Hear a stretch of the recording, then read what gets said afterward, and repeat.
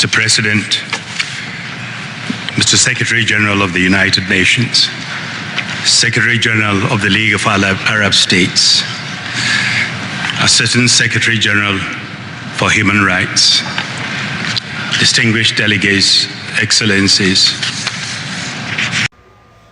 Bapak Presiden, Bapak Sekretaris Jenderal Perserikatan Bangsa-Bangsa, Sekretaris Jenderal Liga Negara-Negara Arab Sekutu, Asisten Sekretaris Jenderal untuk Hak Asasi Manusia, delegasi yang terhormat, yang mulia.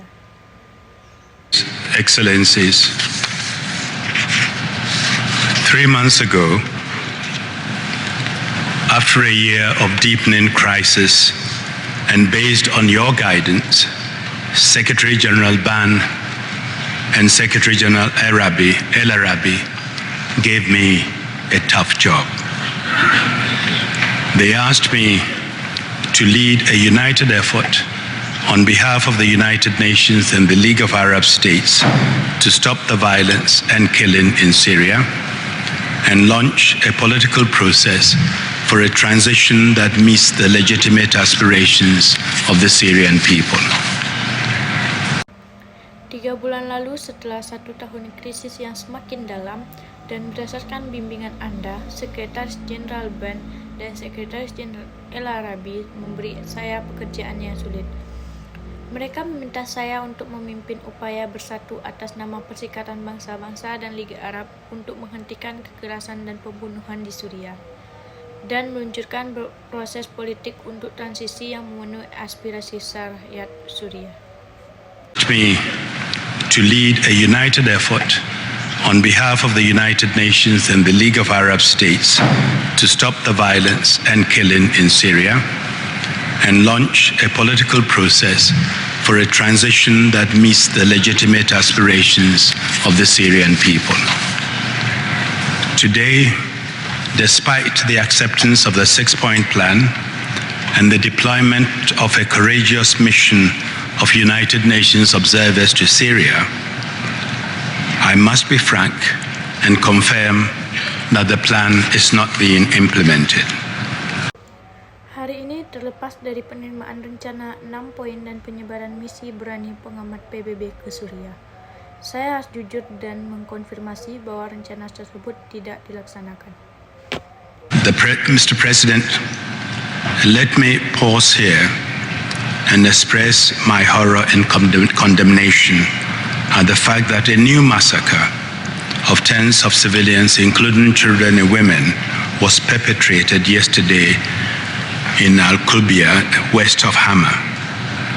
My heart goes out to the victims and their families. This took place just 2 weeks after the massacre in Hule that shocked the world.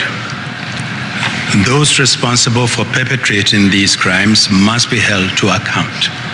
We cannot allow mass killing to become part of everyday reality in Syria.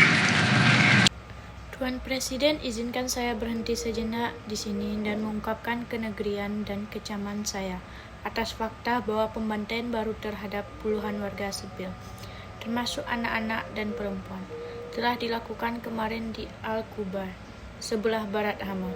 Hati saya untuk para korban dan keluarga mereka, dan ini terjadi hanya 2 minggu setelah pembantaian di Haula yang mengejutkan dunia. Dan mereka yang bertanggung jawab untuk melakukan kejahatan harus dimintai pertanggungjawaban. Kita tidak bisa membiarkan pembunuhan massal menjadi bagian dari kenyataan sehari-hari di Suriah. As the Secretary General has clearly explained, the crisis is escalating. The violence is getting worse. The abuses are continuing. The country is becoming more polarized and more radicalized. And Syria's immediate neighbors are increasingly worried about the threat of spillover. Seperti yang telah dijelaskan dengan jelas oleh Sekretaris Jenderal, krisis sedang meningkat, kekerasan semakin parah, pelanggaran terus berlanjut. Negara ini menjadi lebih terpolarisasi dan lebih radikal, dan tetangga dekat Suriah semakin khawatir tentang ancaman limpahan. 9 days ago, I met President Assad in Damascus. I told him that the six-point plan is not being implemented as it must. I strongly urged him to take bold and visible steps to now radically change his military posture and honor his commitments to the six-point plan.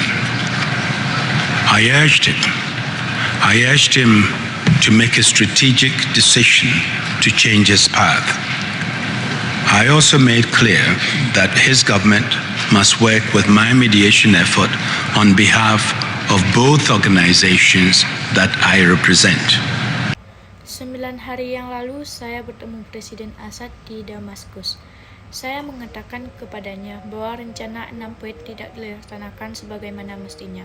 Saya sangat mendesaknya untuk mengambil langkah berani dan terlihat sekarang secara radikal, dan secara radikal mengubah postur militernya dan menghormati komitmen terhadap rencana 6 poin.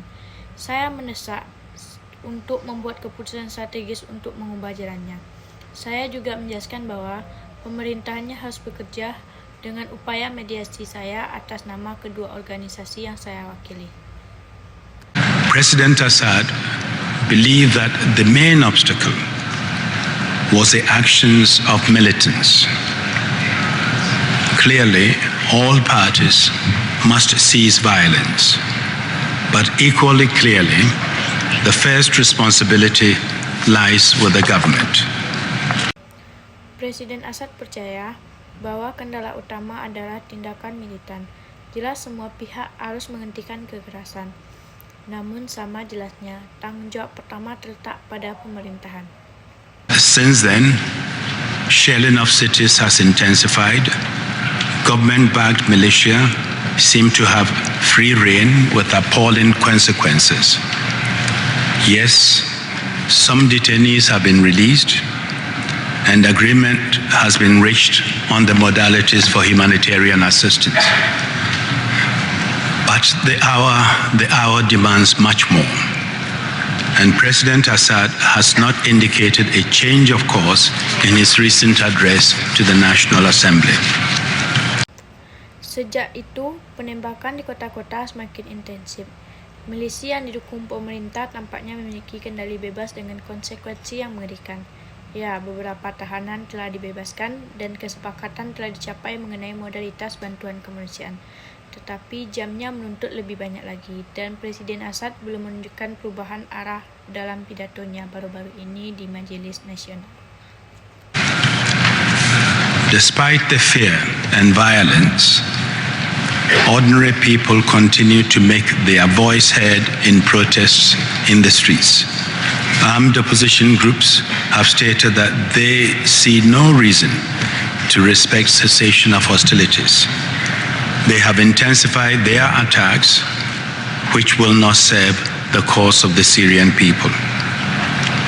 And the situation is made more complex and deadly by a series of bombings, some of which are indicative of the presence of a third actor.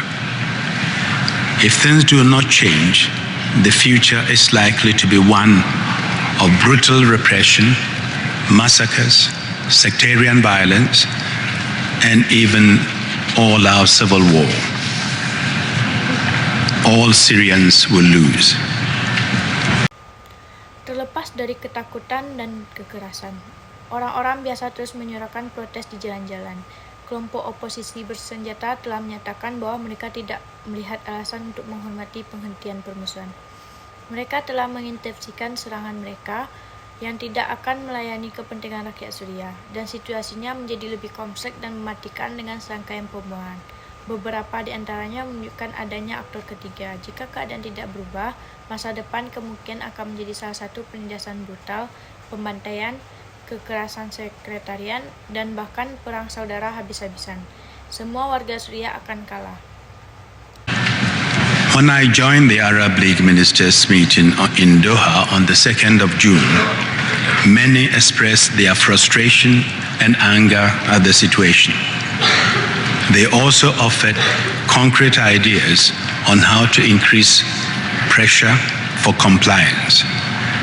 Clearly, The time has come to determine what more can be done to secure implementation of the plan and or what other options exist to address the crisis. Ketika saya bergabung dengan pertemuan para menteri Liga Arab di Doha pada tanggal 2 Juni, banyak yang mengungkapkan rasa frustasi dan kemarahan mereka pada situasi tersebut. Mereka juga menawarkan ide-ide konkret tentang bagaimana meningkatkan tekanan untuk kepatuhan. Jelas, waktunya telah tiba untuk menentukan apa lagi yang bisa dilakukan untuk mengamankan implementasi rencana dan opsi apa yang ada untuk mengatasi krisis ini. It is your shared interest and our collective responsibility to act quickly. The process cannot be open-ended. The longer we wait, the more radicalized and polarized the situation will become, and the harder it will be to forge a political settlement. Ini adalah kepentingan bersama Anda dan tanggung jawab bersama kita untuk bertindak cepat. Prosesnya tidak bisa terbuka, semakin lama kita menunggu, semakin radikal dan terpolarisasi situasinya, dan semakin sulit untuk membentuk penyelesaian politik. The international community has united, but it now must take that unity to a new level. We must find the will and the common ground to act and act as one. Individual actions or interventions will not resolve the crisis. As we demand compliance with international law and the 6-point plan, it must be made clear that there will be consequences if compliance is not forthcoming. We must also chart a clearer course for a peaceful transition if we are to help the government and opposition as well as Syrian society to help resolve the crisis. Komunitas internasional telah bersatu, tetapi sekarang harus membawa persatuan itu ke tingkat yang baru. Kita harus menemukan kemauan dan landasan bersama untuk bertindak sebagai satu kesatuan. Tindakan atau intervensi individu tidak akan menyelesaikan krisis, karena kami menuntut kepatuhan terhadap hukum internasional dan rencana 6 poin.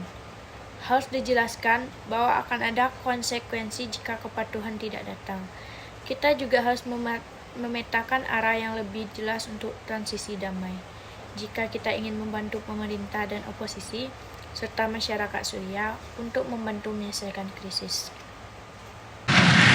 If we genuinely unite behind one process and act and speak with one voice, I believe it is still possible to avert the worst and enable Syria to emerge from this crisis.